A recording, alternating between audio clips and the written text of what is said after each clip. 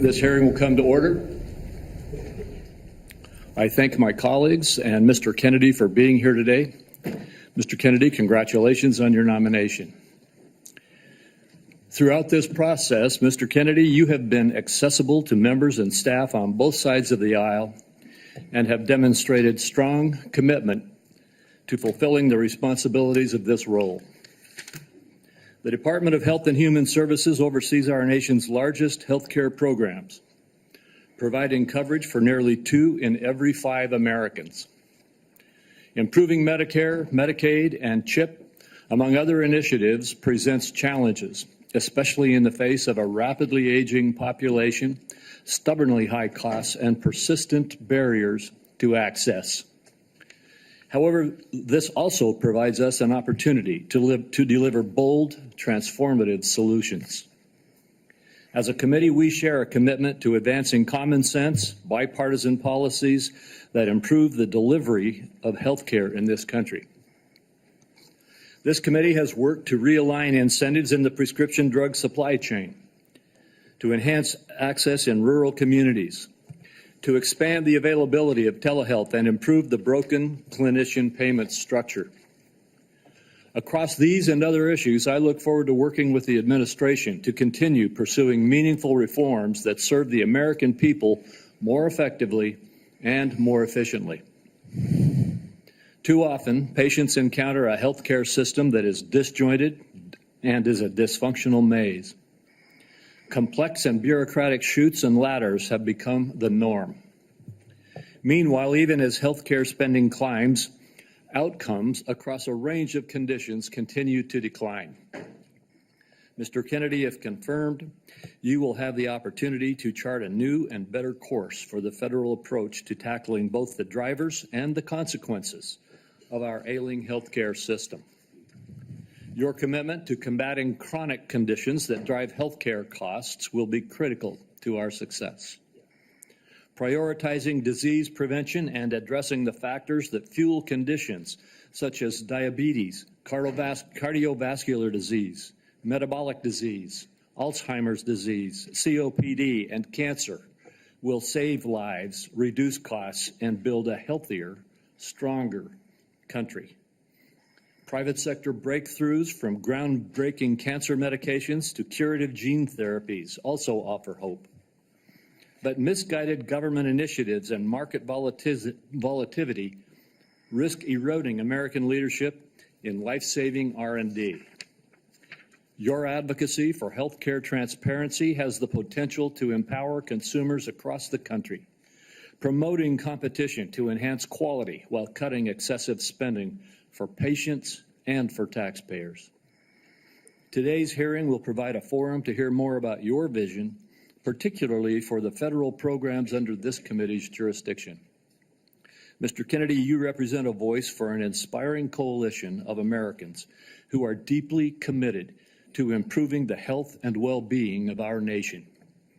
Regardless of political party, everyone in this room shares a common recognition that our current system has fallen short, as well as a common desire to make our country healthier. I look forward to today's conversation as well as your testimony, Mr. Kennedy. And now I recognize Senator Wyden for his opening remarks. Thank you very much, Mr. Chairman.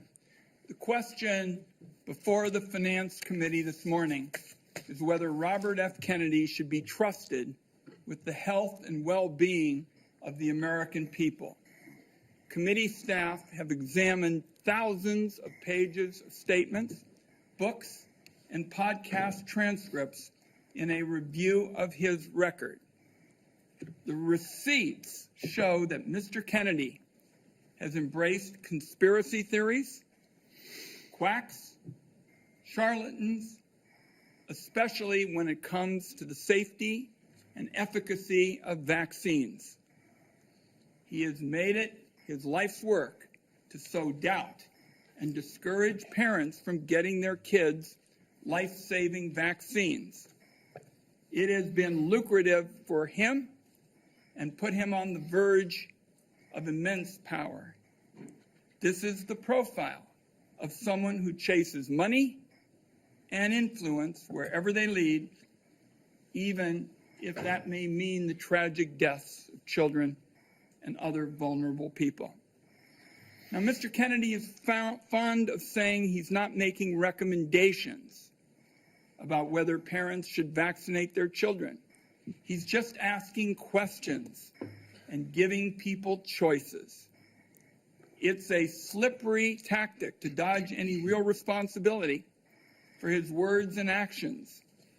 And it is, in my view, absurd coming from somebody who's trying to win confirmation for a job that is entirely about making recommendations. These recommendations are going to have life or death consequences for the American people. Mr. Kennedy, if you are confirmed, your recommendations determine which vaccines senior citizens get for free through Medicare. Your recommendation will determine which vaccines are given to millions of kids.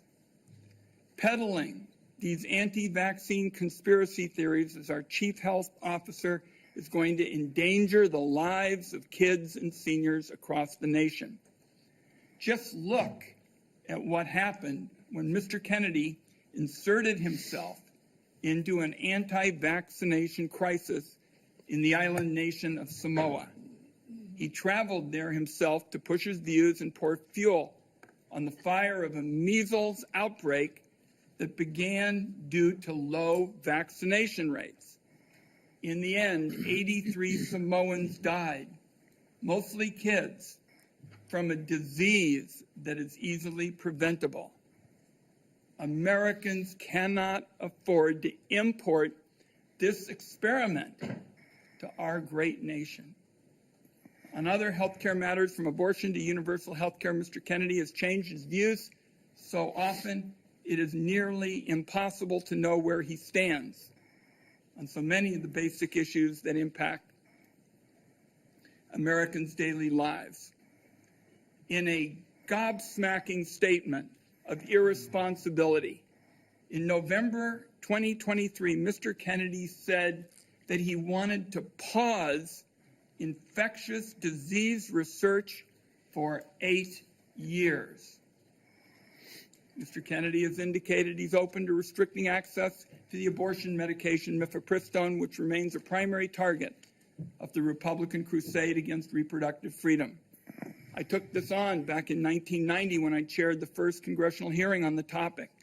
The science was clear then. It's even clearer today. Mifepristone is safe. The only reason it's under question in 2025 is because people with a political agenda have been out lying about it. Women deserve to know if Mr. Kennedy will abuse his power as our country's chief health officer to essentially implement a national abortion ban by restricting access to the safe and legal medication. Meanwhile, as the Trump budget office threw the Medicaid program into chaos yesterday, Republicans in Congress are proposing deep cuts to the program that will rip away health care from millions of Americans who count on this vital lifeline. Cuts to Medicaid of this magnitude are going to jack up the cost of health insurance. It'll shutter nursing homes and rural hospitals, deprive seniors and Americans with disabilities of home-based care. That approach amounts to handing over our nation's health system to for-profit insurance companies who've made a fortune delaying and denying care. Mr. Kennedy has virtually no knowledge or experience in handling these issues. It leaves him unprepared to take on a crisis like the nation witnessed yesterday when the Trump budget office shut down the federal Medicaid payment portal. After a careful review of Robert F. Kennedy Jr.'s statements, actions, and views, materials that I have reviewed personally and closely, I've reached the conclusion that he should not be entrusted with the health and well-being of the American people. When he's taken every side of every issue, how can this committee and the American people believe he has anything to say? Let me close by saying I believe more strongly than ever, and I have specialized in health care during my time in public service, that we're a turning point with regard to health care in America. there's one word to describe Americans' feelings towards the healthcare system, it's disillusioned. At every single turn, people feel like they're rolling a load of dice, loaded dice, when they try to get health care. Americans are justifiably angry, fed up, and tired of a system that puts profits over patients. Instead of debating meaningful ways to improve Americans' health care, now the committee is being forced to relitigate settled science about vaccines and whether or not the federal government should help Americans get affordable health care. I know where Democrats on this Finance Committee stand when it comes to an agenda to lower costs and improve care. I must say, I cannot say the same about the nominee sitting in front of me. And let me acknowledge, finally, Mr. Chairman, Terry Mills from Portland, Oregon, who is here to represent Nurses for America, and I'd like to enter a statement from her organization into the record at this time. Thank you, Mr. Chairman. Without objection. Thank you, Ranking Member Wyden. Mr. Kennedy, in a few moments, you will be given the opportunity to make your opening statement and respond to these attacks and other questions that the members of this committee have. I would say that with regard to the attack on Medicaid that we just heard, that was a false attack. It's been proven false overnight. The Medicaid portal is operating efficiently today and was never intended to be shut down. Would the gentleman yield, since he's mentioned my name? There was a significant amount of time yesterday where there was bedlam across the country over the status of the Medicaid portals. I hope it's being corrected, but there were problems all through the day. There certainly were attacks yesterday. The problem has been clarified and the Medicaid portal is fully operational as we speak. Mr. Kennedy, before I turn the time over to you to share your opening statement, I would like to give you a brief introduction. The son of Senator Robert F. Kennedy and nephew of President John F. Kennedy, Robert Kennedy Jr. has been an advocate for consumers since 1985. After graduating from Harvard University, Mr. Kennedy studied at the London School of Economics and received his law degree from the University of Virginia Law School and a master's degree in environmental law from Pace University. He has founded 2 advocacy groups and has spent the last 40 years working to restore and protect children's health. He was a former independent candidate in the 2024 presidential election, and President Trump nominated him this year to be in November of 2024 to be the HHS secretary. In announcing his nomination, President Trump stated, "Mr. Kennedy will restore these agencies to the traditions of gold standard scientific research and beacons of transparency and end the chronic disease epidemic and make America great and healthy again." Before you give your opening statement, Mr. Kennedy, I have 4 obligatory questions that we ask all nominees before this committee. First, is there anything that you are aware of in your background that might present a conflict of interest with the duties of the office to which you have been nominated? All right. No, Mr. Chairman. Thank you. Do you know of any reason, personal or otherwise, that would in any way prevent you from fully and honorably discharging the responsibilities of the office to which you have been nominated? No, I do not. Do you agree without reservation to respond to any reasonable summons to appear and testify before any duly constituted committee of Congress if you are confirmed? Yes, I do. And finally, do you commit to providing a prompt response in writing to any questions addressed to you by any senator of this committee? Yes, I do. Thank you, Mr. Kennedy. And before you begin, if you would like to, you may introduce your wife and children. Yes. My wife, Cheryl Hines, is here. My daughter, Kit Kennedy, my son, Bobby Kennedy, his wife, Amaryllis Fox Kennedy, and my nephew, Jackson Hines, is here, too. We welcome you all. Thank you. You may proceed with your statement. Thank you, Mr. Chairman. Chairman Crapo, Ranking Member Wyden, and members of this distinguished committee, I'm humbled to be sitting here today as President Trump's nominee oversee the U.S. Department of Health and Human Services. I want to thank President Trump for entrusting me to deliver on his promise to make America healthy again. I also want to thank Cheryl and Kik and Bobby and all of my other children who are here today, and all the many members of my large extended family for the love that they have so generously shared. Ours has always been a family that has been involved in public service, and I look forward to continuing that tradition. My journey into the issue of health began with my career as an environmental attorney, working with hunters and fishermen and mothers in the small town in the Hudson Valley and along the Hudson River. I learned very early on that human health and environmental injuries are intertwined. The same chemicals that kill fish make people sick also. Today, Americans' overall health is in grievous condition. Over 70% of adults and a third of children are overweight or obese. Diabetes is 10 times more prevalent than it was during the 1960s. Cancer among young people is rising by 1 or 2% a year. Autoimmune diseases, neurodevelopmental disorders, Alzheimer's, asthma, ADHD, depression, addiction, and a host of other physical and mental health conditions are all on the rise, some of them exponentially. The United States has worse health than any other developed nation, yet we spend more on health care, at least double, and in some cases triple, as other countries. Last year, we spent $4.8 trillion, not counting the indirect costs of missed work. That's almost a fifth of GDP. It's tantamount to a 20% tax on the entire economy. No wonder America has trouble competing with countries that pay a third of what we do for health and have better outcomes and a healthier workforce. But I don't want to make this too much about money. It's the human tragedy that moves us to care.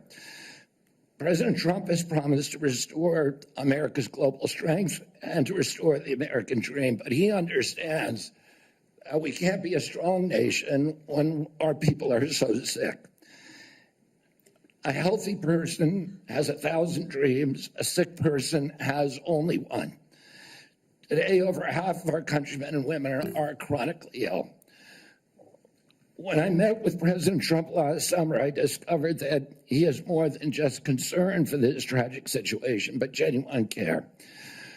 President Trump is committed to restoring the American dream, and 77 million Americans delivered a mandate to him to do just that, due in part to the embrace and elevation of the Make America Healthy Again movement. This movement, led largely by Maha moms from every state, you can see many of them behind us today, and in the hallways and in the lobbies, is one of the most transcendent and powerful movements I've ever seen. I promised President Trump that if confirmed, I will do everything in my power to put the health of Americans back on track. And I've been greatly heartened to discover a deep level of care among members of this committee, too, both Democrats and Republicans. I came away from our conversations confident that we can put aside our divisions for the sake of a healthier America.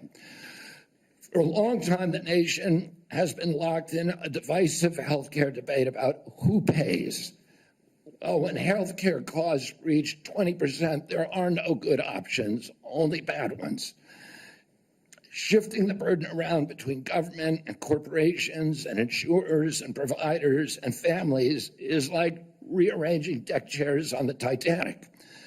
Our country will sink beneath a sea of desperation and debt if we don't change the course and ask, why are healthcare costs so high in the first place?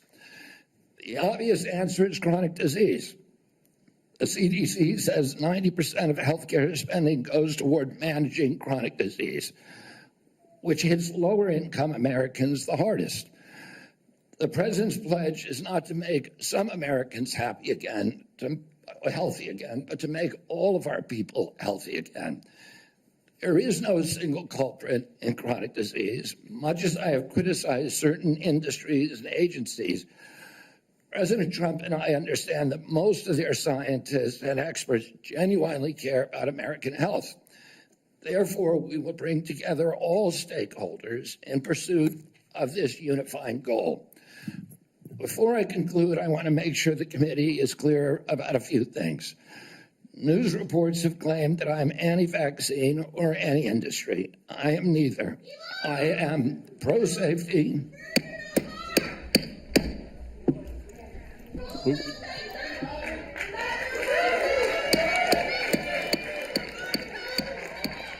We'll have order.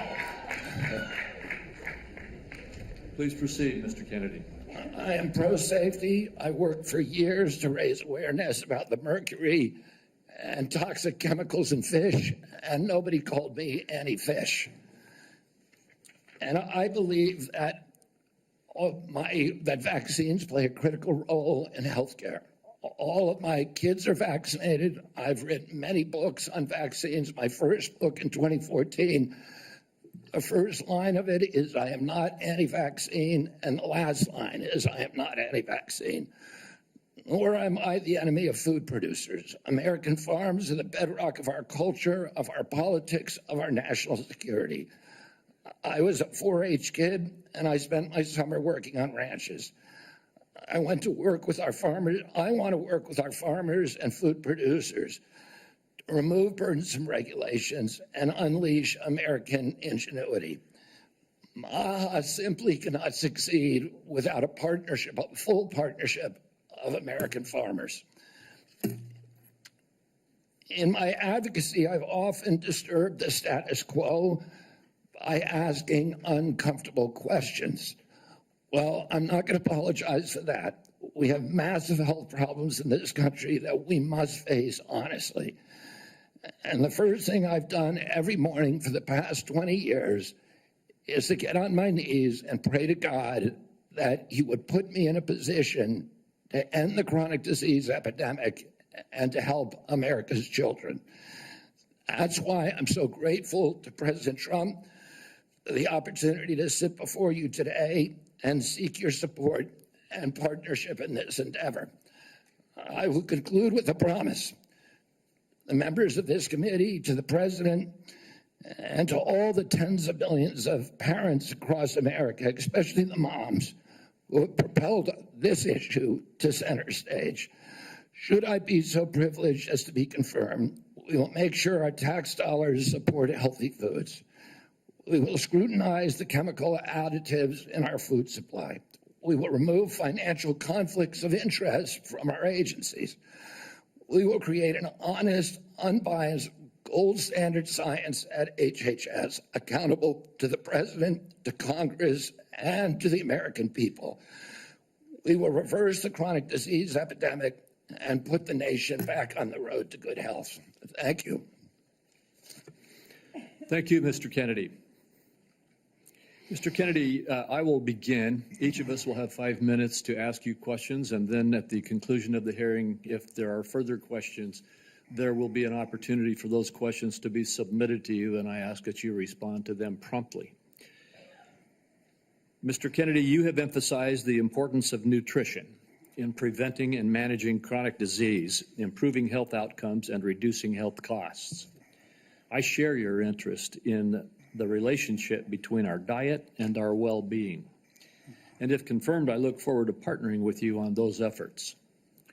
Would you share with the committee why you are passionate about the nutrition-oriented disease prevention and what you have learned? Yes, Mr. Chairman. I had 11 brothers and sisters. I had dozens of first cousins. I was raised in a time where we did not have a chronic disease epidemic. When my uncle was president, 2% of American kids had chronic disease. Today, 66% have chronic disease. We spend zero on chronic disease during the Kennedy administration. Today, we spend $4.3 trillion a year. With 77% of our kids cannot qualify for military service. When I was a kid, the typical pediatrician would see one case of diabetes in his or her lifetime. 40 or 50-year career. Today, 1 out of every 3 kids who walks through her office door is diabetic or pre-diabetic. And the most recent data from NIH shows 38% of teens are diabetic or pre-diabetic. Autism rates have gone from 1 in 10,000 to 1 in 1,500, depending on what studies you look at. In my generation today, 70-year-old men, 1 in 34 in my kids' generation. We've seen this explosion of autoimmune disease, of allergic diseases. This is not just a economic issue. It's not just a national security issue. It is a spiritual issue, and it is a moral issue. We cannot live up to our role as an exemplary nation, as a moral authority around the world, and we're writing off an entire generation of kids. Thank you very much. And if confirmed, how could we work together to integrate nutrition-based interventions into our healthcare programs like Medicaid and Medicare? Well, there are many ways that we can do that. The federal funding of the SNAP program, for example, and of school lunch programs could be a driver for helping kids. We shouldn't be giving 60% of the kids in school processed food that is making them sick. We shouldn't be spending 10% of the SNAP program on sugar drinks. So we have a direct ability to change things there. We also, in Medicaid and Medicare, we need to focus more on outcome-based medicine, on putting people in charge of their own health care, of making them accountable for their own health care so they understand the relationship between eating and getting sick. Most importantly, we need to deploy NIH and FDA to doing the research to understand the relationship between these different food additives and chronic disease so that Americans understand it and make sure that Americans are aware. But I don't want to take food away from anybody. If you like a cheeseburger, a McDonald's cheeseburger, a Diet Coke, which my boss loves, and you should be able to get them. If you want to eat Hostess Twinkies, you should be able to do that, but you should know what the impacts are on your family and on your health. Thank you. Senator Wyden. Thank you very much, Mr. Chairman. Before I begin my questions, I'd like to start by entering into the record a letter the committee received from Ambassador Carolyn Kennedy outlining what she believes is Mr. Kennedy's lack of personal fitness for the office. Without objection. Mr. Kennedy, you have spent years pushing conflicting stories about vaccines. You say one thing and then you say another. In your testimony today under oath, you denied that you were anti-vaccine. But during a podcast interview in July of 2023, you said, quote, "No vaccine is safe and effective." In your testimony today, in order to prove you're not anti-vax, you note that all your kids are vaccinated. But in a podcast in 2020, you said, and I quote, "You would do anything, pay anything to go back in time and not vaccinate your kids." Mr. Kennedy, all of these things cannot be true. So, are you lying to Congress today when you say you are pro-vaccine? Or did you lie on all those podcasts? We have all of this on tape, by the way. Yeah, Senator, as you know, because it's been repeatedly debunked, that statement that I made on the Lex Friedman podcast was a fragment of the statement. He asked me, and anybody who actually goes and looks at that podcast and will see this, he asked me, are there vaccines that are safe and effective? And I said to him, some of the live virus vaccines are. And I said, there are no vaccines that are safe and effective, and I was going to continue for every person. Every medicine has people who are sensitive to them, including vaccines. Right. So he interrupted me at that point. I've corrected it many times, including on national TV. You know about this, Senator Wyden, so bringing this up right now is dishonest. let's be clear about what you've actually done then, since you want to deny your statements. For example, you have a history of trying to take vaccines away from people. In May of 2021, you petitioned the Food and Drug Administration to not only block Americans from having access to the COVID vaccine, but to prevent any future access to the life-saving vaccine. Are you denying that? Your name is on the petition. We brought that petition after CDC recommended the COVID vaccine without any scientific basis for 6-year-old children. Most experts agree today, even the people who did it back then, that COVID vaccines are inappropriate for 6-year-old children who basically have a zero risk from COVID. That's why I brought that lawsuit. I don't want to. I want to emphasize Mr. Kennedy, the facts.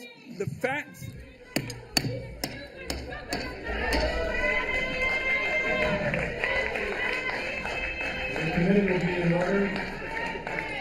And to the audience. Hold on for a second, Mr. Kennedy. To the audience. Comments from the audience are inappropriate and out of order. And if there are any further disruptions, the committee will recess until the police can restore order. Please follow the rules of the committee. Mr. Kennedy, you may proceed. I also want to point out that your recitation of what happened in Samoa is absolutely wrong, and it's wrong, and you know it's wrong. We'll get to that in a moment. Right now, we're talking about the petition that you filed to block Americans from having access to the vaccine and to prevent any future access to the vaccine. Those facts are on the record. My third question to you is, you made almost $5 million from book deals, mostly promoting junk science. In 2021, in a book called The Measles Book, you wrote that parents had been, quote, misled into believing that measles is a deadly disease and that measles vaccines are necessary, safe, and effective. The reality is measles are, in fact, deadly and highly contagious, something that you should have learned after your lies contributed to the deaths of 83 people, most of them children, in a measles outbreak in Samoa. So my question here is, Mr. Kennedy, is measles deadly, yes or no? The death rate from measles historically in this country in 1963, the year before the introduction of the vaccine, was 1 in 10,000. Let me explain what happened in Samoa. In Samoa in 2017 or 2015, there were 2 kids who died following the MMR vaccine. And the vaccination rates in Samoa dropped precipitously from about 63% to the mid-30s, so they've never been very high.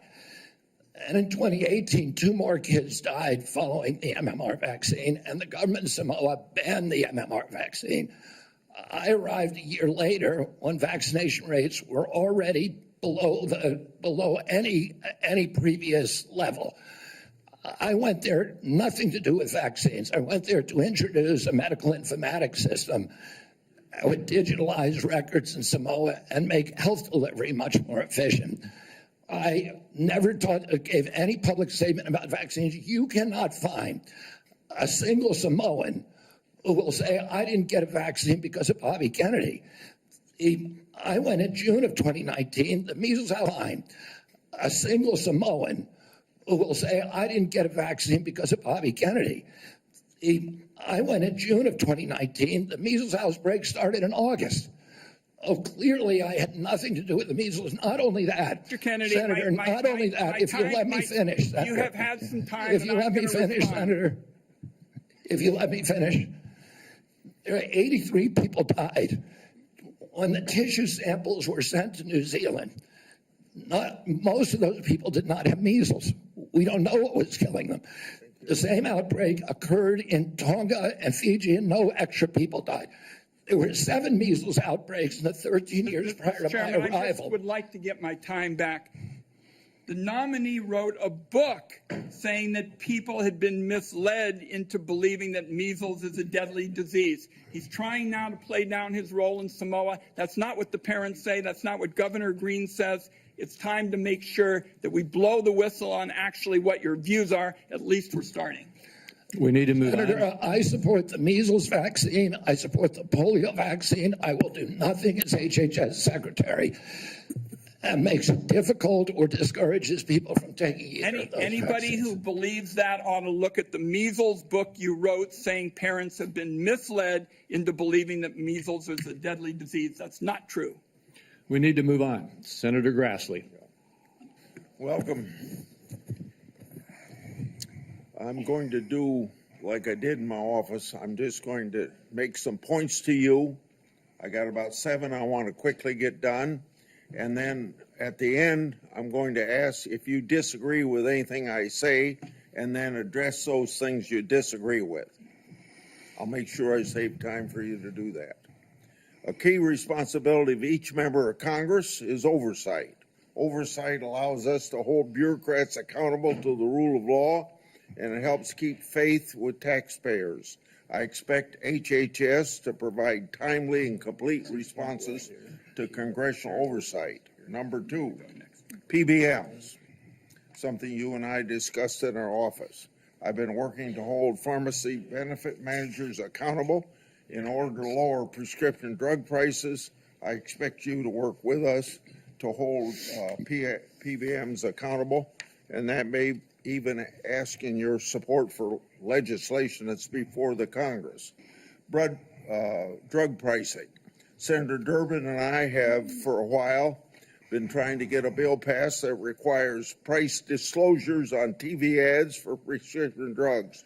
Knowing what something costs before buying it is just common sense. President Trump tried to do this by regulation in his first term. Vice President Vance co-sponsored our bill last Congress. I ask you to support this bill, or if you can do it by regulation, to do it by regulation. On rural health care, the previous administration dragged its feet in opening up slots for rural community hospital demonstration programs. It also ignored concerns from rural pharmacies when implementing changes to Medicare Part D, and ignored rural needs when it comes to distributing physician residency slots. I expect you to prioritize rural Americans' health care needs. On agriculture, in our meeting earlier this month, we talked at length about agriculture. You prefaced the conversation by saying you will not have jurisdiction over these issues. I expect you to leave agricultural practice regulations to the proper agencies, and for the most part, that's USDA and EPA. On dietary guidelines, I've sent letters to the Secretaries of Agriculture at HHS requesting that they provide information regarding conflicts of interest on the Dietary Guideline Advisory Committee to increase transparency. I expect you to provide Congress with confidential financial disclosures from the Advisory Committee before finalizing dietary guidelines, so we know that nobody has a vested interest in it, is having undue influence. Lastly, HHS, Office of Refugee Resettlement Oversight. Last year, I expanded my investigation into HHS's Office of Refugee Resettlement. I wrote 24 contractors and grantees whose job it is to place unaccompanied children with sponsors. In many cases, children have been placed with improper vetted sponsors, placing them at risk of trafficking. The Biden administration's HHS directed these taxpayer-funded contractors and grantees to not respond to my inquiry. This is obstruction by the executive branch. I expect you to produce to me the records and data I've requested and instruct HHS contractors to fully cooperate with my investigation. I also expect HHS to not retaliate against any whistleblowers, including those who identify ORR's failures in vetting sponsors of unaccompanied. You got 45 seconds to respond if you want to. I agree with all of those provisions, Senator. My approach to administration HHS will be radical transparency. if members of this committee or other members of Congress want information, the doors are open. I've spent many years litigating against NIH and its sub-agencies, HHS and its sub-agencies, NIH, CDC, FDA, on FOIA issues, trying to get information that we, the taxpayers, paid for, and oftentimes getting back redacted copies after a year or 2 years of litigation. That should not be the case. And if Congress asks me for information, you will get it immediately. Thank you. Thank you. Senator Cantwell is next, but until she returns, I will move on to down the list, and that would be Senator Cornyn. Mr. Kennedy, welcome to you and your family, and congratulations. I appreciate Senator Grassley raising the issue of the Office of Refugee Resettlement within the auspices of Health and Human Services. I think this may surprise people, but that's actually the responsibility of HHS, the Office of Resettlement Relocation. Under the previous administration, as Senator Grassley alluded, there were roughly 500,000 children, unaccompanied minors, that were placed with sponsors in the interior of the United States.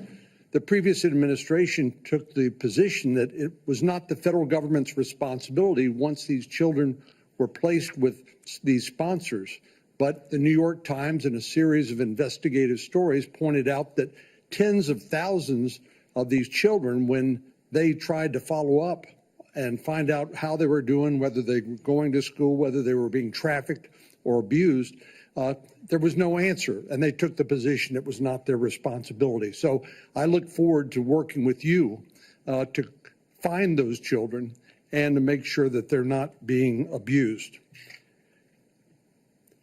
Millions of Americans are experiencing mild to moderate mental health and substance abuse issues, yet many struggle with timely and effective access.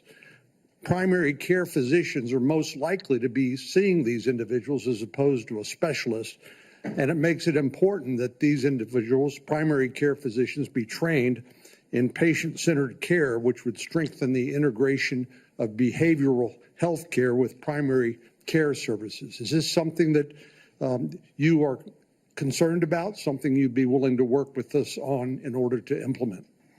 Yes, Senator, and let me just reassure you that President Trump has personally spoken to me about locating those 300,000 children who disappeared over the last 4 years. I don't think anybody has a fully accurate number, but it's hundreds of thousands, I agree. And many of them we know have been sex trafficked and childhood slavery, and it is a blight on America's moral authority, and we need to find those kids. In terms of addiction services and substance abuse services, this is a priority for me. It was a priority for me when I was running for president during my campaign. I was a heroin addict for 14 years. I've been 42 years in recovery. I go to 12-step meetings every day, so I hear the stories every day. And I hear the many stories about denial of, or the barriers to access to care. And we need to improve that. And to answer specifically to your question, I think we can do that through GME,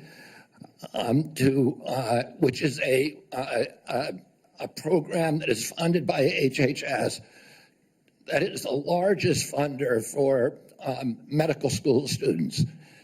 And that's one of the things for primary care physicians should understand addiction care.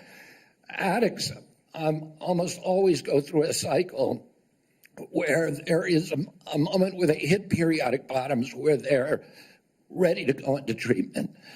But it's fleeting and it's momentary. And we have that opportunity to save their lives. And then if we miss that little short window, they're off to the races again. I appreciate your answer. Our time is short. Let me get to one more question that I think is very important. Under the first Trump administration, the number of people receiving HIV treatment in Africa through the President's Emergency Plan for AIDS Relief, otherwise known as PEPFAR, it increased, this is during the first Trump administration, from 13 million people to 18 million people across 50 countries, primarily in Africa. Africa has about 1.3 billion people today, or in 2021, it's projected to have 2.5 billion people by 2050, or 25% of the global population. In 2020, PEPFAR reported that 2.8 million babies were born without HIV. That was something that would not have happened but for the PEPFAR program.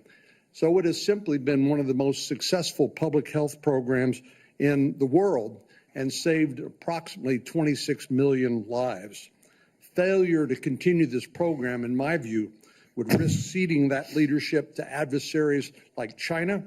And I'd like to know whether you support the objectives and goals of PEPFAR, and would you work with me and my colleagues to make sure that this program continues to provide life-saving antiviral drugs to people who are most in need? I absolutely support PEPFAR, and I will happily work with you to strengthen the program. Thank you. Senator Bennett. Thank you, Mr. Chairman. Thank you, Mr. Kennedy, for being here this morning. And I think that, Mr. Chairman, we are truly through the looking glass this morning here in the U.S. Senate, and this committee is being asked to fulfill a really important responsibility, which is to decide whether to confirm Mr. Kennedy to one of the most important health care jobs in America. And the reason I think it's so important is for many of the reasons you said in your opening statement, which is that we live in the richest country in the world, and we have some of the worst health outcomes of any industrialized country in the world. We live in the richest country in the world, and we have some of the lowest life expectancy rates of anybody in the industrialized world. I was a school superintendent before I was in this job, Mr. Chairman, and I can tell you that Mr. Kennedy's right, that when I look at the kids in the Denver public schools, if we don't change the way we eat in this country, 40% of them are going to suffer adult diabetes as a result of their diet. And we're, as I said, spending more than any other country in the world, and our families, every single person's constituents in this Senate are facing chronic shortages when it comes to health care. My friend from Texas, Senator Cornyn, has been a champion on mental health care. We have an epidemic, as he knows, across this country in mental health care, partly because of what the massive social media platforms that were sitting behind the President of the United States have inflicted on our children for their profit in the last decade or so. So we have no shortage of challenges to confront, and I even agree with some of the diagnosis of Mr. Kennedy. What is so disturbing to me is that out of 330 million Americans, we're being asked to put somebody in this job who has spent 50 years of his life not honoring the tradition that he talked about at the beginning of this conversation, but peddling in half-truths, peddling in false statements, peddling in theories that, create doubt about whether or not things that we know are safe are unsafe. Not that every vaccine in America is unsafe, not that you can't possibly have an adverse reaction, but that parents and children in my old school district and school districts all over this country would be better off not getting vaccinated than getting vaccinated. Unlike his own children who were vaccinated, unlike the people he invited to his house in Los Angeles for their party who were vaccinated. For everybody else, it's about peddling these half-truths. And he says it with such conviction that you want to believe him. And Mr. Kennedy, I just have there are many, many things in the record, but I hope that you could answer these questions yes or no. I've tried to ask these in a manner that's faithful to what you actually said, because I didn't want to have a debate about whether you actually said them. So I'm asking you yes or no, Mr. Kennedy. Did you say that COVID-19 was a genetically engineered bioweapon that targets black and white people but spared Ashkenazi Jews and Chinese people? I didn't say it was deliberately targeted. I just quoted an NIH-funded and NIH published study. Did you say that it targets black and white people but spared Ashkenazi Jews? I quoted a study, Your Okay. Honor. I quoted So an NIH study that showed that I'll take that as a certain yes. races I have are to move on, disproportionately. I have to move on. Did you say that Lyme disease is highly likely a materially engineered bioweapon? I made sure I put in the highly likely. Did you say Lyme disease is a highly likely militarily engineered bioweapon? I probably did say that. Did you say that? And that's what the developer of I Lyme want all disease of our said. colleagues to hear it, Mr. Kennedy. I want them to hear it. You said yes. Did you say that exposure to pesticides causes children to become transgender? No, I never said that. Okay, I have the record that I'll give to the chairman, and he can make his judgment about what you said. Did you write in your book, and it's undeniable, that African AIDS is an entirely different disease from Western AIDS? Yes or no, Mr. Kennedy? I'm not sure if I made that. Okay, I'll give it to the chairman, Mr. Kennedy. And my final question, did you say on a podcast, and I quote, "I wouldn't leave abortion, to the states. My belief is we should leave it to the woman. We shouldn't have the government involved, even if it's full term." Did you say that, Mr. Kennedy? Senator, I believe that every abortion is a tragedy. Did you say it, Mr. Kennedy? This believe- matters. It doesn't matter what you come here and say that isn't true, that's not reflective of what you really believe, that you haven't said over decade after decade after decade, because unlike other jobs we're confirming around this place, this is a job where it is life and death for the kids that I used to work for in the Denver public schools and for families all over this country that are suffering from living in the richest country of the world that can't deliver basic health care and basic mental health care to them. It's too important for the games that you're playing, Mr. Kennedy. And I hope my colleagues will say to the president, I have no influence over him.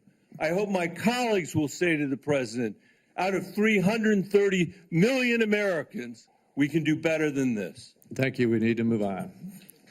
Senator Cassidy. Mr. Kennedy, President Trump has sworn to protect Medicare. Republicans are exploring reforms to Medicaid that could help pay for Trump administration priorities. With this context, what will you do about dual eligibles? About, Dual eligibles. well, dual eligibles are not right now served very well under the system. Those are people who are eligible for both Medicaid and Medicare.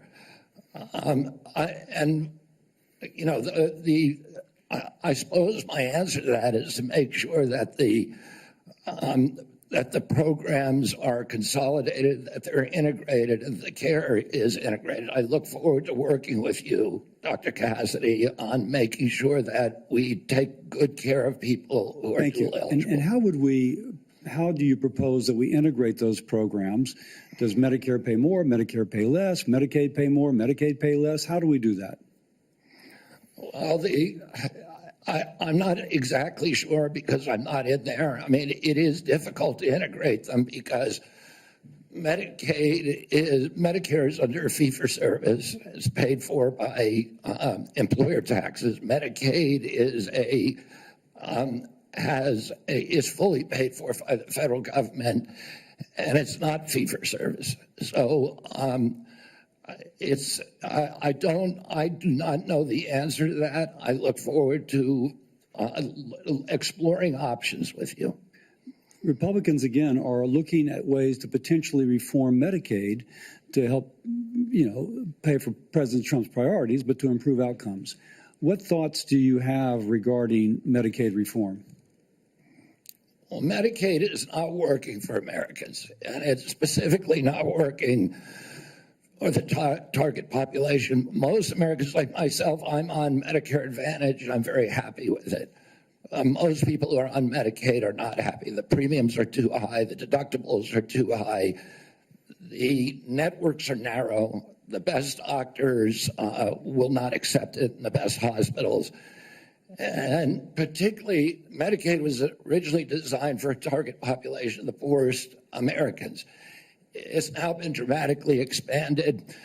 And the irony of the expansion is that the poorest Americans are now being robbed. Their services have dramatically decreased, even though we've increased the price of Medicare by 60% over the last 4 years. The target population is being robbed. With that we need to figure said, out other options. obviously you've thought about that, and I appreciate that. What reforms do you recommend, again, that would improve services, I suppose, but also make it more cost efficient? Well, President Trump has given me the charge of improving quality of care and lowering the price of care for all Americans. There are many things that we can do. I mean, what we want to, the ultimate outcome, I think, is to increase transparency, to increase accountability, and to transition to a value-based system rather than a fee-based system, So rather than a service-based on system. Medicaid in particular, can you just kind of take those kind of general principles and apply it to the Medicaid program? You know, listen, I think that there are many, many options with telemedicine, with AI right now. And, you know, there's including direct primary care systems. We're seeing that movement grow across the country. There's one of the largest providers. So going back to Medicaid though, and speaking of these specific advances, what reforms are you proposing with these ideas vis-a-vis Medicaid? Well, I don't have a broad proposal for dismantling the program. Of course not saying that. I think what we need to do is we need to experiment with pilot programs in each state. We need to keep our eye on the ultimate goal, which is value-based care, which is transparency, accountability, access. And one more thing, going back to Medicare, you mentioned you're an MA. You mentioned earlier the Medicare fee for service. Do you have any kind of thoughts as to whether or not patients on fee for service should move into MA, or how should we handle that? Whether patients who are on Medicare fee for on service. traditional Medicare, Yes. that's their choice right now. I mean, we have, I think, 32 million Americans, or 30 million Americans on Medicare, on traditional Medicare, and then another 34 or 34 on Medicare Advantage, roughly half and half. And I think more people would rather be on Medicare Advantage because it offers very good services, but people can't afford it. It's much more expensive. In answer to your first question, there are all kinds of exciting things that we can be doing, including cooperatives, which President Trump has supported, including health savings accounts, which President Trump has supported. But all of these things to make people more accountable for their own health. And so we'd bring the cooperatives and the health savings accounts into Medicare and Medicaid? Exactly. We try to increase those, the use of those, and to direct primary care, to continue to transition into a value-based program that is private. Americans don't, by and large, do not like the Affordable Care Act. People are on it. They don't like Medicaid. They like Medicare, and they like private insurance. We need to listen to what they would prefer to be on private insurance. Most Americans, if they can afford to be, will be on private insurance. We need to figure out ways to improve care, particularly for elderly, for veterans, for the poor in this country. And Medicaid, the current model is not doing that. I would ask, any of the Democrats who are chuckling just now, do you think all that money, the $900 billion that we're sending to Medicaid every year, has made Americans healthy? Do we think it's working for anybody? Are the premiums low enough? We do need to move on. Senator Warner. Well, I got to tell you, for literally hundreds of thousands of Virginians, Medicaid is what prevents them from health crises on a daily and weekly basis. And some imaginary new plan And if there was a new plan that was to be the basis of what Trump was going to do in repealing Obamacare, I would have thought by now we'd have seen it. I got to tell you, listen, Senator, can I reply to that? Senator, Mr. Kennedy, I got questions. I appreciate our visit. I know you take your views seriously, and I don't reflexively vote. I voted for 4 of President Trump's nominees already. Got a lot of grief from folks on this panel. But I got to tell you, I saw an email that you put out Monday night, or your campaign did, in a fundraising email. Your presidential campaign celebrated that the freeze on all new regulations, guidance, and announcements is a way to protect unelected bureaucrats from further undermining our health freedom. Then you ask your donors to help pay for your campaign debt. Did your campaign and you put out that? I don't think my campaign exists anymore. All right, well, listen, I got to tell you this. Somebody's out there soliciting money for it. Maybe you ought to find out who is. So the fact that you celebrate this freeze, do you think that was a good idea to put all of this on hold for 90 days, funding and any kind of further work, NIH research?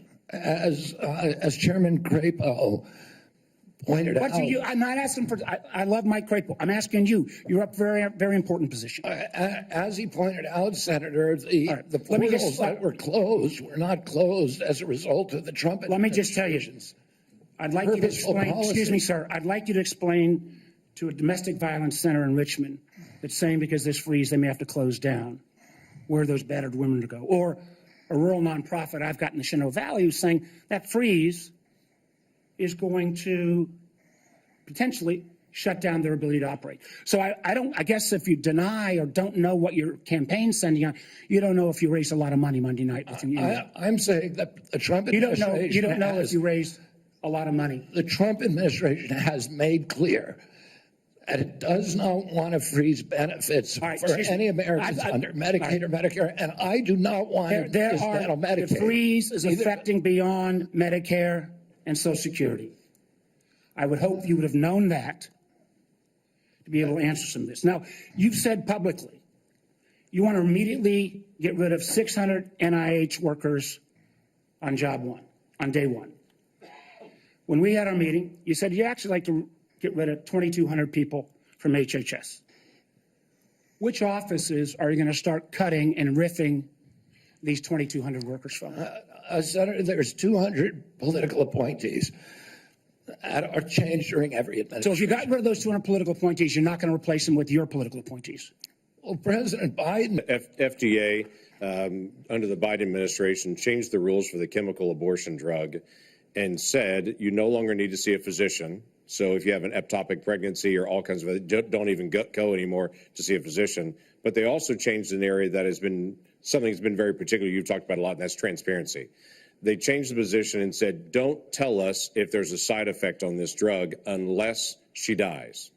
But other than that, don't tell us anymore. Literally, don't give transparent information to the American people or to the women who take this drug anymore. We don't want that reported.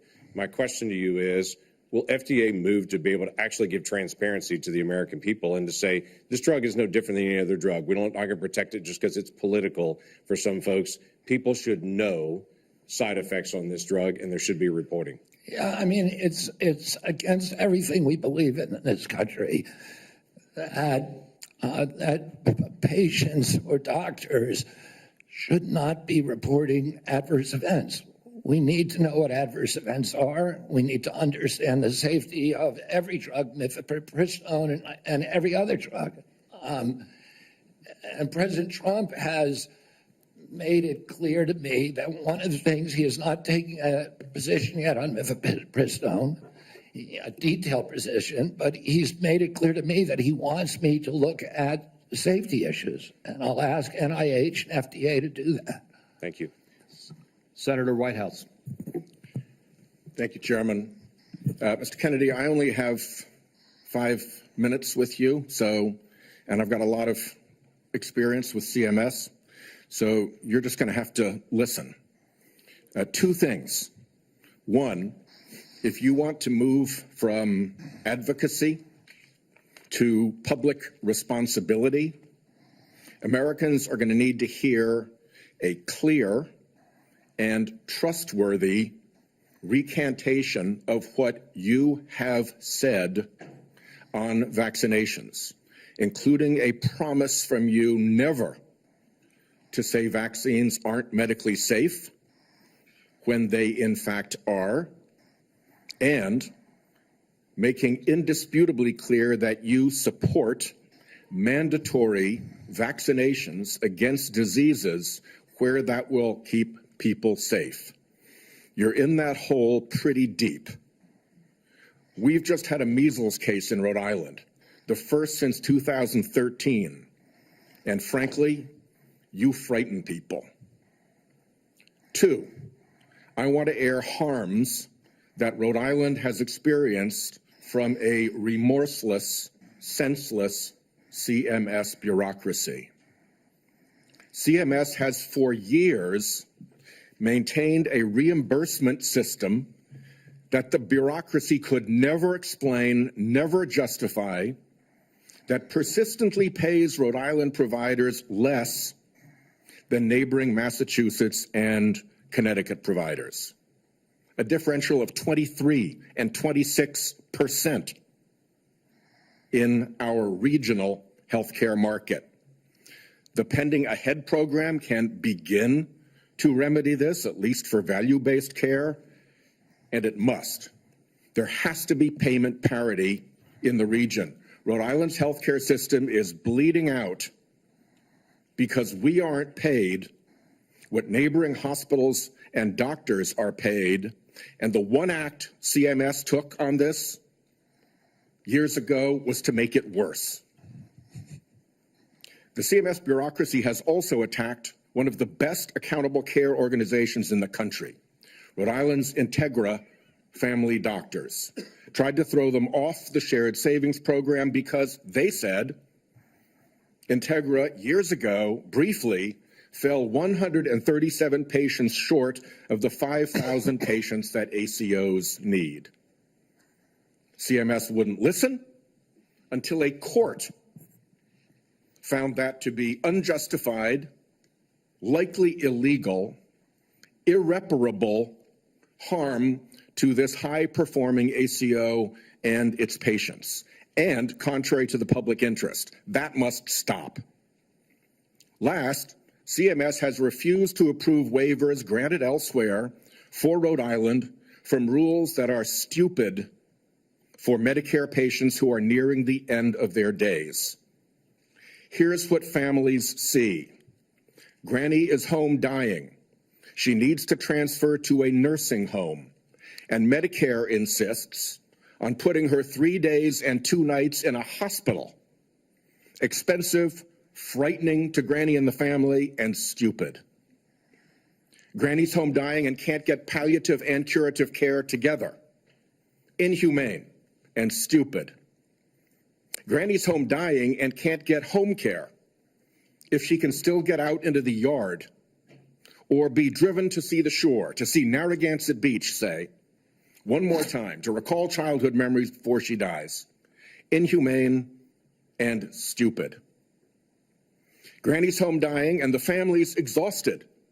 And the respite care benefit is not to send a nurse or a caregiver, but to stuff Granny in an ambulance and haul her off to a hospital. Some respite.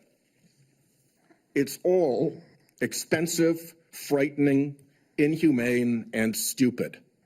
But the insensate CMS bureaucracy takes a court order to be awakened to the harm they cause. I have had enough. CMS should let Rhode Island try humane end-of-life care through CMMI. Let's see if it works at a state. I bet it will save money, serve families better at a very, very delicate time, and perhaps even make a model for better health care everywhere. I've said a lot. My time is out. You're welcome to respond in writing. I ask unanimous consent that the order declaring CMS's actions to constitute irreparable and illegal harm be put into the record. Without objection. Let me just respond very briefly, Senator Whitehouse. I'm an implacable enemy of tyrannical, insensate bureaucracies and stupid rules. And I will work with you to make CMS responsive to the needs of Rhode Island and to remedy those disparities that you talk about. I am familiar with the Integra Health plan, and it is the template for what we ought to be doing. It's a value-based plan, and I look forward to you to making sure that we create pilot programs like this. Unfortunately, that can be Mr. Chairman, reproduced around the country. unfortunately, Mr. Chairman, one of the things I've learned in my tenure in the Senate is that a nominee saying that they're willing to work with me amounts to exactly zero. We need to get this fixed. Thank you. Well, I guess at that point, then, we will move on to Senator Daines. Mr. Chairman, thank you. Mr. Kennedy, I'm glad to see you here this morning. I listened to your opening remarks, and you mentioned that you want to make HHS the gold standard of science. I have found my engagements with you, both behind closed doors in my office, as well as listening to you publicly, to be very thoughtful and science-based. I applaud that. I thank you for that. And I realize this will likely be a very partisan vote on this committee and on the Senate floor. But let the record state there are 3 medical doctors on this side of the dais. I'm a chemical engineer. We believe in science. I'm thankful that you do too, and you made that comment in your opening remarks. I want to talk about agriculture for a moment. We talked about our common love for Montana. You've been to Montana many times. It's a wonderful state. A lot of folks have discovered it. They watch the show Yellowstone, and people are coming and moving into our state, but it's an amazing place. But as you know, agriculture is our top economic driver in Montana. We produce some of the highest quality crops, the best livestock in the country and the world. Our farmers and our ranchers are truly some of the most effective environmental stewards in ensuring we have a safe food supply chain in the world. I share your view that protecting the integrity and safety of our food supply is of utmost importance. I appreciate the research happening in places like Montana State University to help farmers produce resilient, healthy, and safe crops, as well as their agricultural practices. You mentioned you were a 4-H kid growing up. I think our 4-H kids and our FFA kids are some of the best kids in America. My question for you, Mr. Kennedy, is if confirmed, as I'm listening to my farmers and ranchers talk about the future, will you commit to working collaboratively with partners at USDA, at the relevant federal agencies, as well as our Montana farmers and ranchers before implementing any policy that might affect or impact food supply? Absolutely will make that commitment. I have, as I shared with you, a personal commitment and a long career working with farmers. I want to make sure I understand the very, very narrow margins, the slim margins that American farmers and ranchers are dealing with. And I don't want, under my watch, a single farmer to have to leave his farm for economic reasons or for regulatory or bureaucratic reasons while I serve, if I'm privileged to serve, to be confirmed as HHS Secretary. Even more important, President Trump has a very, very strong commitment to farmers. President Trump is probably historically, in modern history, the best farm president in our history. Farm income spiked for the first time in decades under his last administration. He got solid support from farmers across the country. Farm country is Trump country. Farmers across the country supported him during this election. He has specifically instructed me that he wants farmers involved in every policy, and that he wants me to work with Brooke Rollins at USDA to make sure that we preserve American farmers, that all of our policies support them. Mr. Kennedy, thank you. And if confirmed, I look forward to having you and Brooke Rollins out to Montana to spend some time with you. You our have farmers. my commitment to come there anytime, particularly during ski season or hunting season. Deal. Want to shift gears for a moment.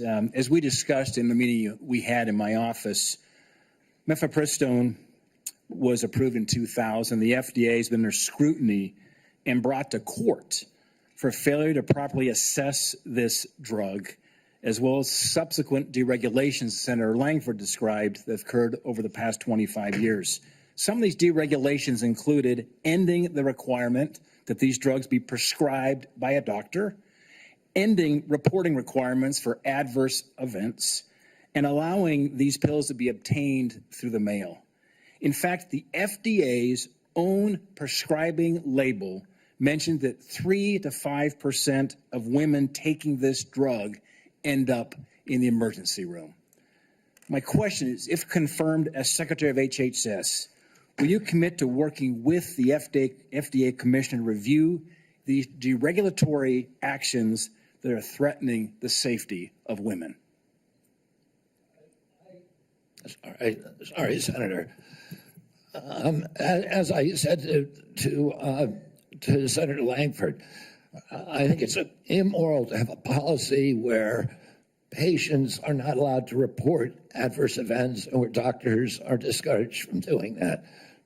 President Trump has asked me to study the safety of mifepristone. He has not yet taken a stand on how to regulate it. Whatever he does, I will implement those policies, and I will work with this committee, make those policies make sense. Thank you, Mr. Kennedy. Senator Hassan. Thank you, Mr. Chair and Ranking Member Wyden, and welcome, Mr. Kennedy, and to your family as well. I want to start with a couple of concerns I have, and just briefly on Medicaid. States share in the funding of Medicaid. Millions of disabled children in this country are alive because of Medicaid. Millions of people with addiction in this country are in recovery because of the services provided to them by Medicaid. And millions of chronically ill people who, until Medicaid expansion was enacted, who couldn't get health care and therefore couldn't work because they were too sick, got health care through Medicaid expansion, then went back to work, and now they're on private insurance. So those are some facts about Medicaid that you might want to brush up on. Now, I'm also extremely concerned about your endorsement of radical fringe conspiracies that, if implemented at HHS, would put American families' lives at risk. Vaccines are one of our greatest public health triumphs. And you don't need, I'm not talking about abstract medical science. One of the people who helped raise me was my grandfather, who was a pediatrician. He practiced medicine in this country from 1921 until the mid-1980s. And I heard details about the difference those vaccines made in saving lives in the children who were under his care. Vaccination has helped to eradicate many deadly diseases in the United States, including polio and smallpox, something we should be proud of as Americans. I am extremely concerned that as Secretary, you would be able to halt critical vaccine research and to exploit parents' natural worries by advising them not to vaccinate their children. This will lead to more children getting sick, and some will even die. Before the measles vaccine, about 500 American children died a year from measles. This is too much of a risk for our country, and there is no reason that any of us should believe that you have reversed the anti-vaccine views that you have promoted for 25 years. For example, you have previously falsely suggested that the polio vaccine killed many, many, many, many more people than polio ever did by causing fatal cancers, while rigorous safety studies show that to be completely false. Now, let's go to something we agree upon. I am really heartened to see that one area where we agree on is on women's reproductive freedom. In your own words, it's not the government's place to tell people what to do with their bodies. You said that, correct? Yeah. Mr. Kennedy, in 2023, you came to New Hampshire and said, quote, I'm pro-choice. I don't think the government has any business telling people what they can or cannot do with their body. So you said that, right? Yes. Yep. But you also said we need to trust the women to make that choice because I don't trust government to make any choices. You said that too, right? Yes. It is remarkable that you have such a long record of fighting for women's reproductive freedom and really great that my Republican colleagues are so open to voting for a pro-choice HHS secretary. So, Mr. Kennedy, I'm confused. You have clearly stated in the past that bodily autonomy is one of your core values. The question is, do you stand for that value or not? When was it that you decided to sell out the values you've had your whole life in order to be given power by President Trump? Senator, I agree with President Trump that every abortion is a tragedy, that we can't be a moral authority in this country. Right. So, but that isn't what you said back in New Hampshire in 2023. My question is exactly when did you decide to sell out your life's work and values to get this position? Senator, I agree with President Trump that every abortion is a tragedy. So what you're telling us, just to be clear, because my time is limited, is that regardless of what you believe, regardless of what values you have, if President Trump tells you to do something, you're going to do it. You said just now the discussion about mifepristone. Oh, he's asked me to study the safety of it. Here are the safety studies that tell us mifepristone is safe and effective. And I asked Mr. Chair that these about 40 studies be admitted to the record by unanimous consent. Without objection. So the studies are there. The safety is proved. The science is there. But what you're telling us is if President Trump orders you to take action to make it harder for women to get direly needed health care, you'll follow his order. If Mr. Trump, as he did yesterday, orders a halt on Medicaid payments that are essential for taking care of people with disabilities all around this country, you're going to follow that order because you are willing to sacrifice your values, your knowledge, if President Trump tells you to do that. That, to me, is unacceptable in a Secretary of Health and Human Services. As I explained before, the White House has issued a statement saying that that policy will not deprive any American of benefits. The problem is the White House issued that statement only after we pointed out the damage it would do, and it became politically uncomfortable for them. You know what else that freeze on federal funding did? It halted funds for critical research that could cure pediatric cancer. So if the president tells you to do that, you're going to stop that too. That's enough. Thank you. Senator Cortez Masto is next. Thank you. Mr. Kennedy, thank you for coming into my office and having the conversation that we did.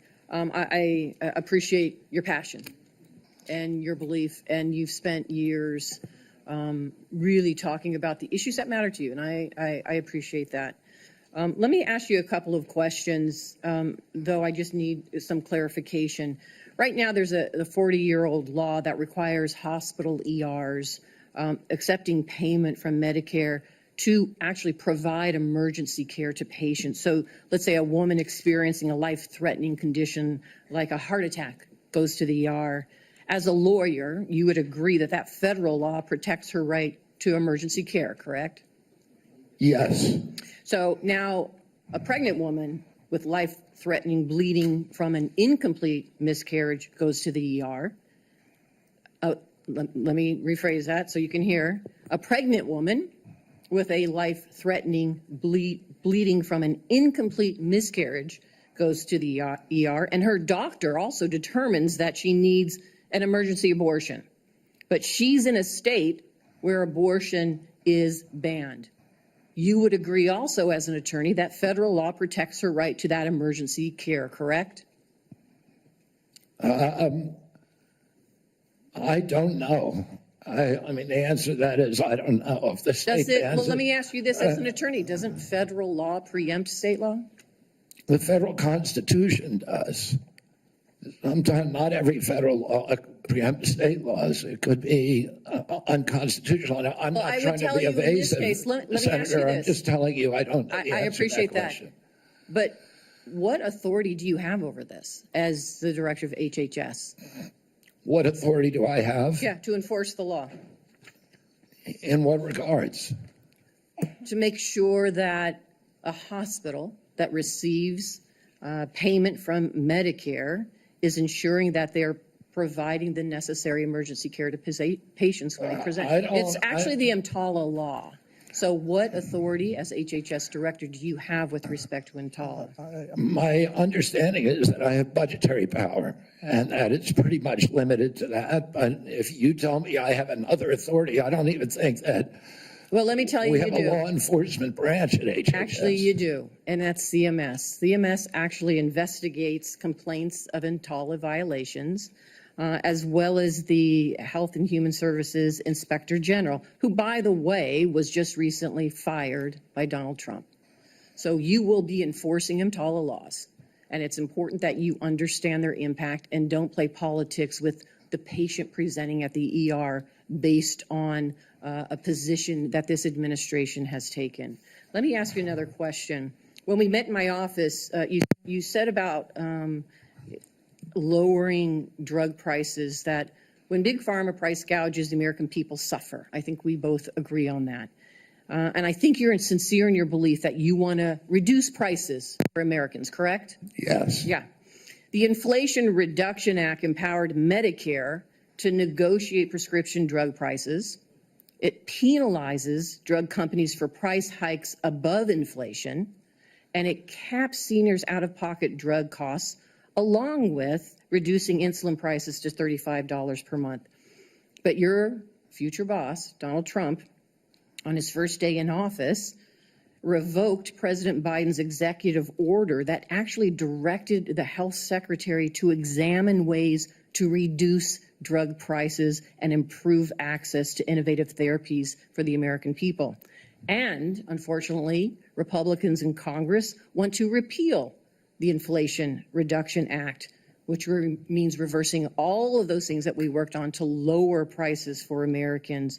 So my question to you is, what do you do? Why are you there? Are you there to be a rubber stamp to this administration and cave into all of these positions that they're taking, even though you know they're in disagreement with your positions on lowering drug prices and that they could harm Americans? How do you handle that as HHS director? Senator, my understanding is that the White House issued an executive order, I believe today, supporting the drug negotiations under the IRA. President Trump was very aggressive during his first term about negotiating drug prices. He has instructed me, and I've met with him repeatedly on this, that we need lower prices than seniors in this country, and so let me ask others you, are. Let me ask you this, because I only have so much time. So we've already negotiated lowering prices for 10 drugs with Big Pharma. And Big Pharma, by the way, opposes this. They have not only are asking for a pause, they have filed lawsuits, but we've already negotiated the first 10 drugs.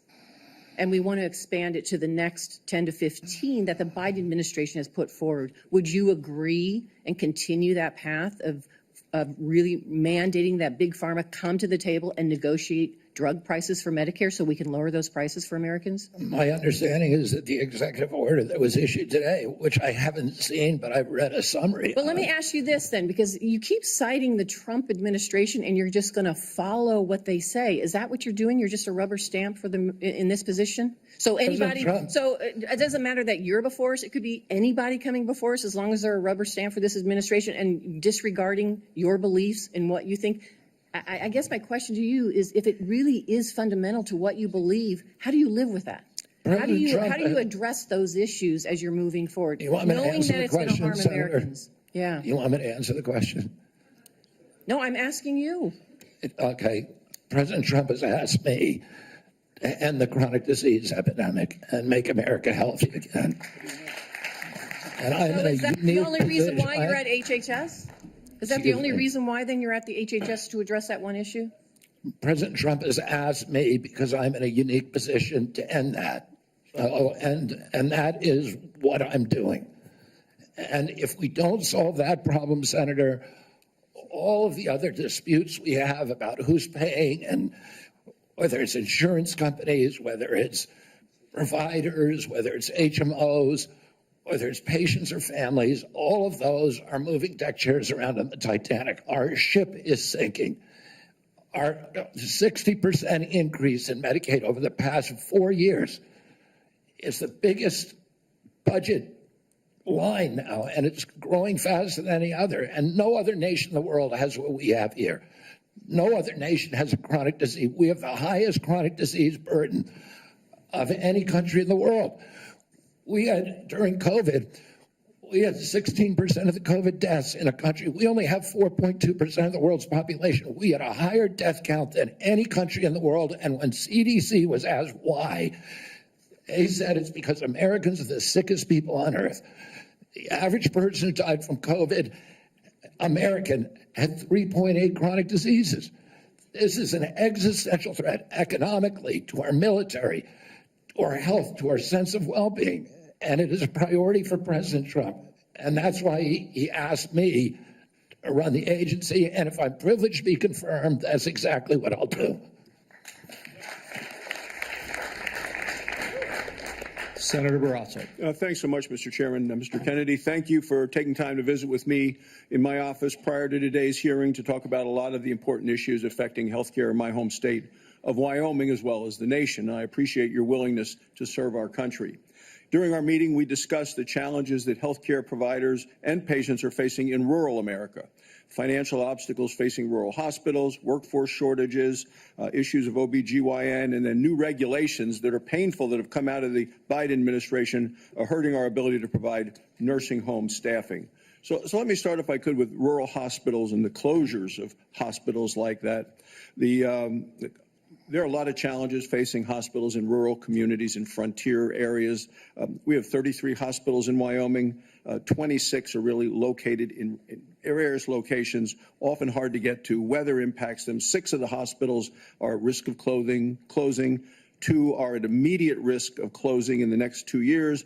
10 have had to cut available services. And this is a concern of rural hospitals in both Republican and Democrat states, either way, bipartisan. Critical that the workforce challenges, financial challenges that we're facing are addressed. Can you commit to working with us on a plan to address the critical nationwide issue of rural health care? Yes, yes, Senator. And I would say that during my visits, I visited almost 60 senators so far. And the most common unifying, I would say, issue among both Democrats and Republicans, there were 2. One was PBM reform, and the other is rural hospitals. And, our nation made a commitment over 100 years ago to put up a hospital within 30 miles of every American. We generally succeeded in doing that. It's absolutely critical. It's life-saving. And rural hospitals are closing at an extraordinary rate right now. They not only provide important health care for the localities, but also they're economic drivers for localities all over this country. President Trump is determined to end the hemorrhage of rural hospitals, and he's asked me to do that through the use of AI, through telemedicine, which these are innovations that I saw the other day. A Cleveland clinic has developed an AI nurse that you cannot distinguish from a human being, that has diagnostics as good as any doctor. And we can provide concierge care to every American in this country, even the remote parts of Wyoming, Montana, Alaska, et cetera. We also have opportunities at HRSA and at the GME to finally live up to GME's mission of providing personnel to rural hospitals. And I intend to use all of my power, because I've seen the priority that is given by both Democrats and Republicans on this committee. I intend to make that a priority if I'm privileged to be confirmed. Well, I appreciate it, because often with financial strains on a local hospital, one of the common services to be cut in rural hospitals is maternity services. So now we have women in Wyoming having to drive over 100 miles to access care. 13 counties in Wyoming don't have access to OB, and we're talking counties larger than the states of Vermont, New Hampshire, Rhode Island, Connecticut, New Jersey, Delaware, counties larger than those whole states. So will you commit to working with my office to find solutions to help address these specific maternal health challenges in rural America? Yes, Senator, I look forward to it. Appreciate it, because often with financial strains on a local hospital, one of the common services to be cut in rural hospitals is maternity services. So now we have women in Wyoming having to drive over 100 miles to access care. 13 counties in Wyoming don't have access to OB, and we're talking counties larger than the states of Vermont, New Hampshire, Rhode Island, Connecticut, New Jersey, Delaware, counties larger than those whole states. So will you commit to working with my office to find solutions to help address these specific maternal health challenges in rural America? Yes, Senator, I look forward to it. Another issue we specifically spoke about with this harmful Biden administration rule that have really been bad for our rural nursing homes.